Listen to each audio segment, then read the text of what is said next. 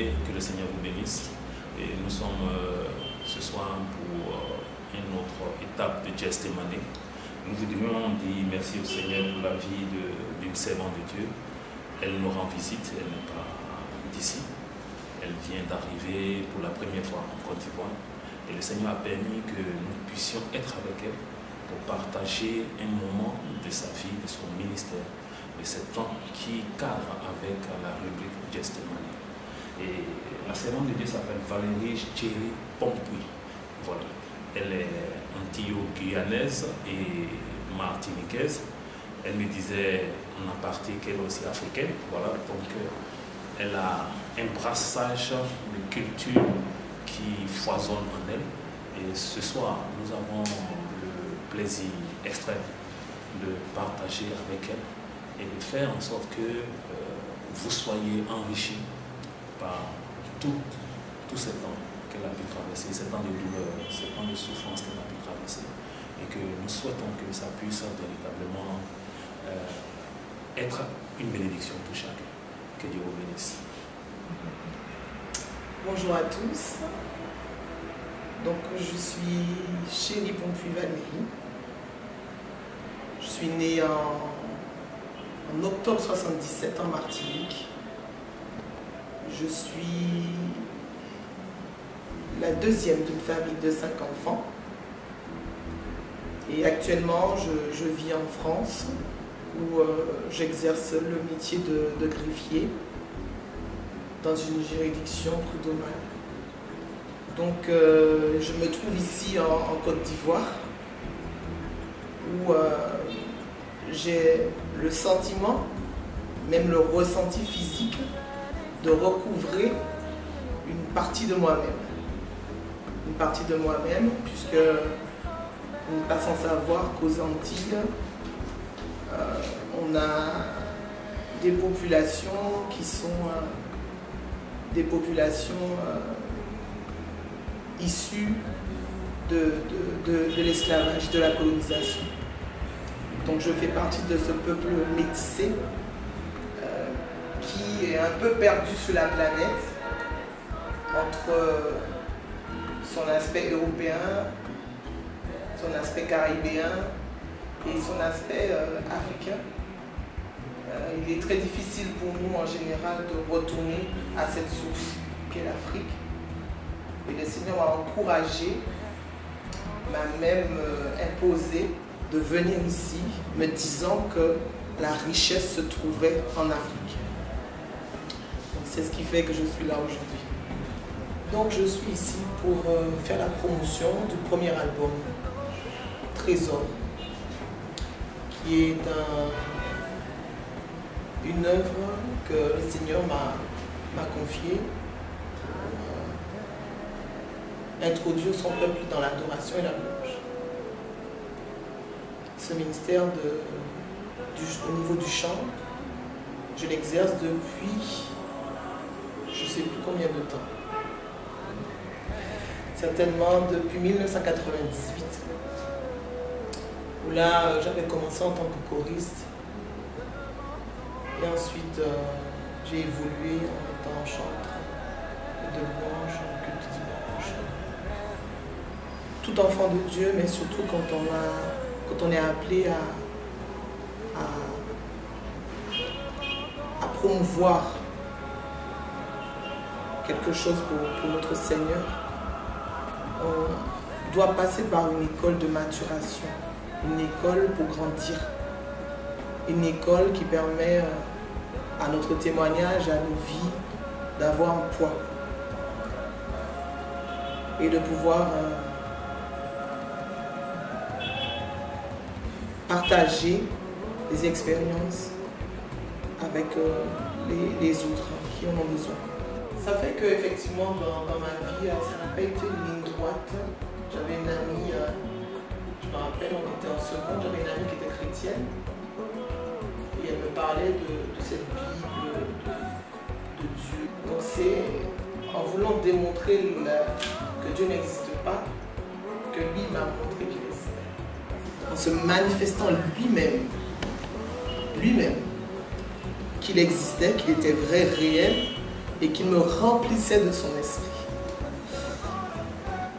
Mais le dessin qui m'a été fait quand j'ai commencé à fréquenter l'église d'une vie, quand on connaît le Seigneur, voilà, c'est super, tout est rose, ça s'est avéré moins rose.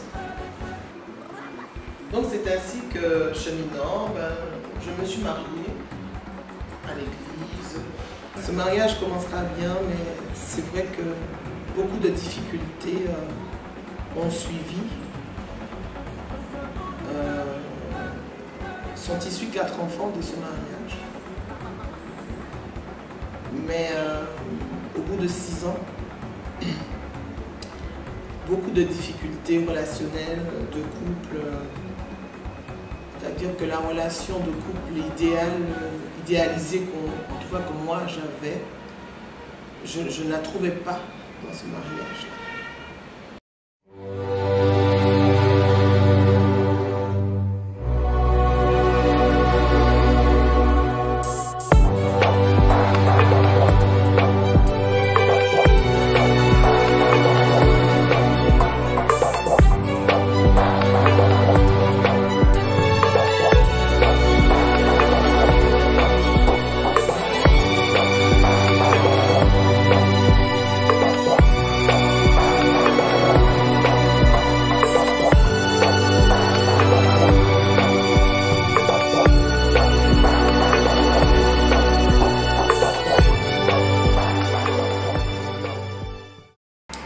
Différentes situations ont fait que je ne me sentais pas aimée en tant que femme.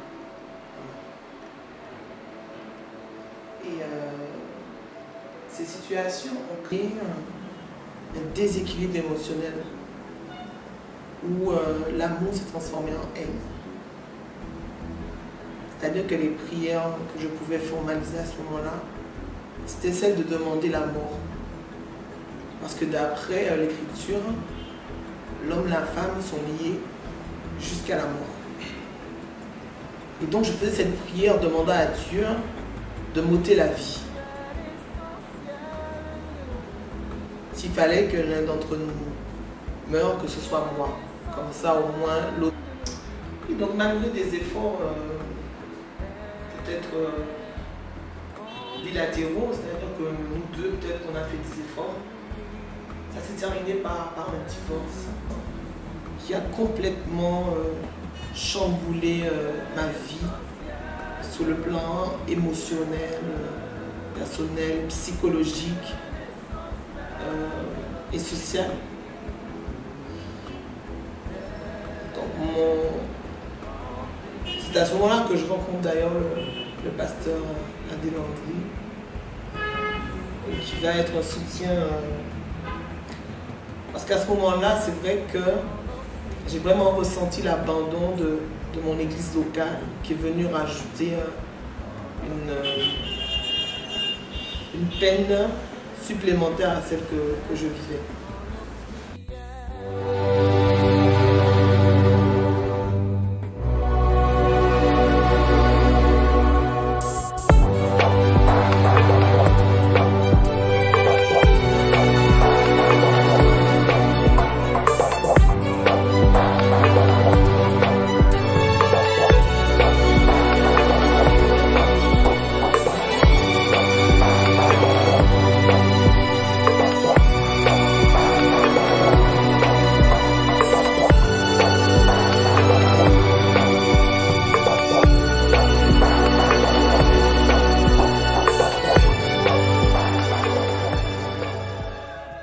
Donc je me retrouvais seule avec 4 enfants à charge, avec une église locale qui m'avait déchu de mon poste de chantre et un désintéressement de ma situation. En tout cas, c'est ce que moi j'ai ressenti. Et je me suis retrouvée dans un quotidien qui n'était pas le mien, c'est-à-dire celui d'une femme seule, d'une femme abandonnée, avec un fort sentiment de honte. c'est ce qui est le plus dur à supporter, c'est la honte. Alors c'est vrai que l'esprit de suicide était là, continuellement. Tue tes enfants, tue-toi, ce sera mieux ainsi. L'esprit de suicide était là, continuellement. Tue tes enfants, tue-toi. Ce sera d'un site chrétien, le pasteur a demandé. Et commence à se tisser entre nous une amitié solide. Donc de là, on va partager cette situation et puis on va partager nos témoignages. Et ce pasteur me dira dès le début de notre rencontre, aujourd'hui, on t'appelle abandonné, mais demain, on va rechercher ta présence. Il m'a dit ça. Il m'a dit, aujourd'hui, on t'appelle abandonné, mais demain, on va rechercher ta présence. Il m'a dit, un jour, tu viendras en Côte d'Ivoire. J'ai dit, oh, voilà, ça, franchement, ça m'étonnerait. Dans mon cœur, je me suis dit ça. Tu viendras en Côte d'Ivoire, on va se rencontrer, on va se voir. On priera ensemble, en vrai. Et la parole qu'il avait annoncée à ce moment-là, effectivement, tant pour l'abandon, la femme délaissée que j'étais, qui aujourd'hui est remariée, a repris goût à la vie, malgré le fait, effectivement, quand même que la vie a quand même continué à être un peu dure avec moi. Quand je perds mon fils en 2014, alors que nous étions en vacances, il est décédé. Et là encore, le pasteur Landry me dira, écoute, ce que tu vis, ce sont des expériences que vivent les véritables fils de Dieu. Je me suis dit, mais qu'est-ce qu'il raconte? Il n'a pas encore compris que c'est les enfants qui enterrent les parents. Mais Dieu m'a montré effectivement qu'il fallait que j'atteigne une certaine maturité et qu'il fallait que je passe par certaines épreuves pour comprendre et surtout pour que j'ai un cœur qui lui plaise. Donc l'amour de ce fils, en fait, il s'appelait Jaël. Ce fils était issu de mon second mariage. Donc c'était le second enfant du deuxième mariage, du remariage. Et il avait cette importance dans mon cœur que je ne peux expliquer. C'est vrai que j'aimais beaucoup cet enfant parce que j'avais désiré avoir un garçon et j'avais demandé à Dieu un garçon et même le pasteur Landry m'avait dit tu attends un garçon. Et quand on a eu ce garçon, c'est vrai que je me sentais comblée en tant que mère. Je lui apportais une attention particulière et je l'aimais énormément, c'est vrai. À l'âge de 6 mois, à la suite d'un accident domestique, mon bébé est parti. Je l'ai retrouvé mort, dur comme du bois.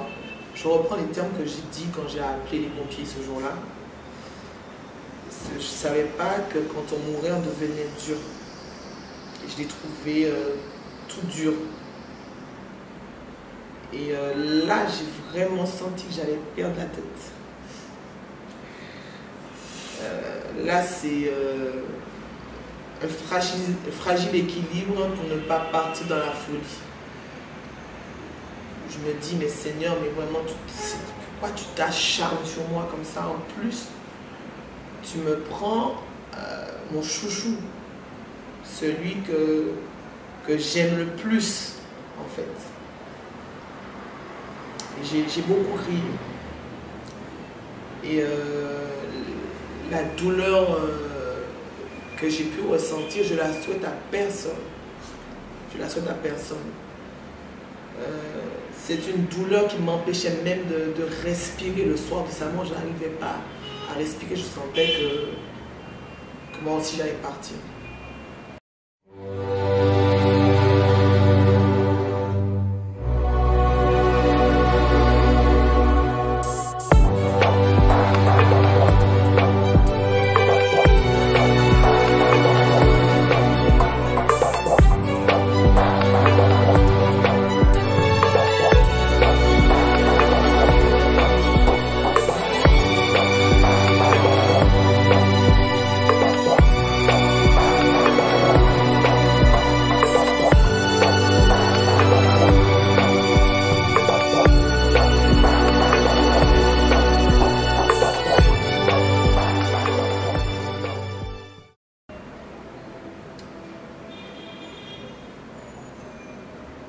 Mais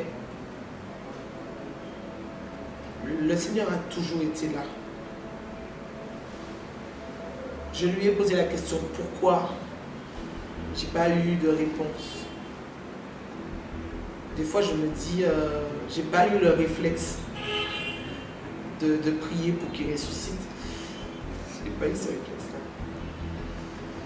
Je suis rentrée en panique. J'ai crié,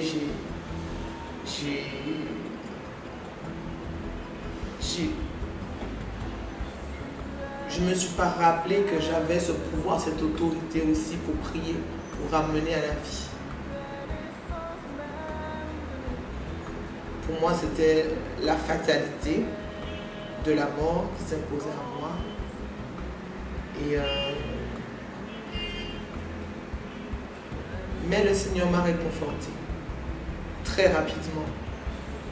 C'est vrai qu'après le décès de mon fils, maintenant je ne sais pas si c'est une capacité de résilience qui est en nous, les descendants d'esclaves, mais tout de suite le Seigneur m'a fait comprendre, même au travers du sermon qui a été fait lors de son décès, que cet enfant m'avait précédé. Qui m'avait précédé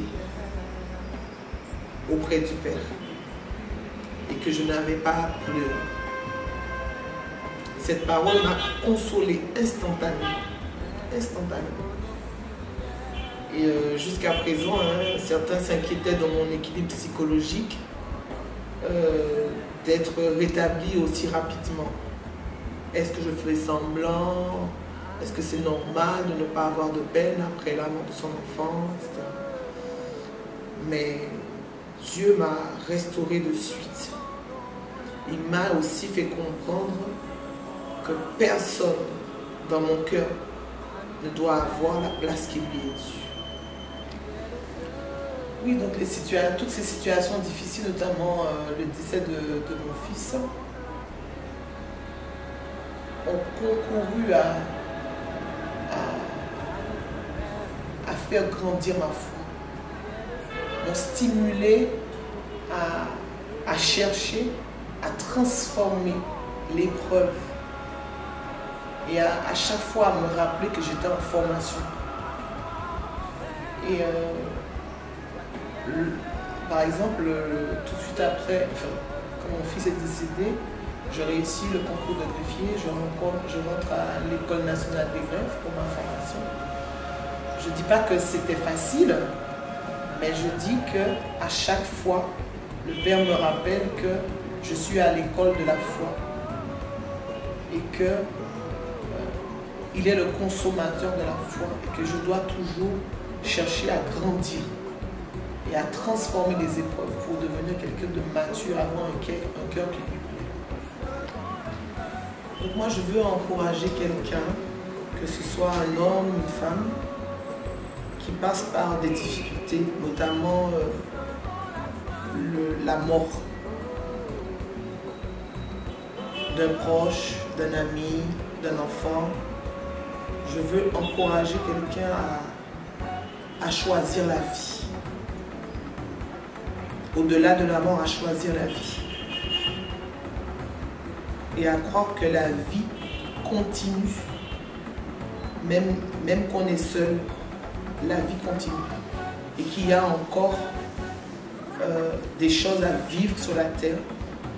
Et que tant que nous, la mort ne nous a pas enlevés, tant qu'on n'a pas accompli notre mission sur la terre, j'encourage quelqu'un à s'asseoir sur cette difficulté-là pour grandir dans sa foi. Voilà, c'est avec beaucoup d'émotion que nous refermons Gestemani. Ma sœur a, dans son propos, partagé une partie douloureuse de sa vie. Chacun d'entre nous est confronté à une situation similaire, la perte d'un être cher. Et véritablement, c'est une situation qu'on ne peut pas souhaiter à quelqu'un, mais nous devons tous la vivre et pourquoi pas tous aussi passer par ce chemin. Nous voulons retenir qu'aujourd'hui, la servante de Dieu qui visite la nation ivoirienne est là pour partager le dépôt que le Seigneur a mis en elle et faire comprendre que Gestemani reste toujours cette rubrique qu'il faut présenter ce que Jésus a dû subir dans le jardin et présenter aussi ce que nous aussi nous pouvons subir aussi dans notre jardin et comment nous pouvons nous surpasser pour aller de l'avant. Elle, la douleur, la souffrance n'a pas été infâme, mais ça a été plutôt un stimulant. Ça a boosté sa marche, ça a boosté le fait qu'elle avance et nous voudrons que cela soit su et retenu par tous. Et que le Seigneur bénisse la servante de Dieu et que Dieu bénisse aussi les chrétiens, que Dieu bénisse aussi tous les internautes et que le Seigneur soit glorifié. Et c'est avec un plaisir que moi, Max Olivier Clay, je vous dis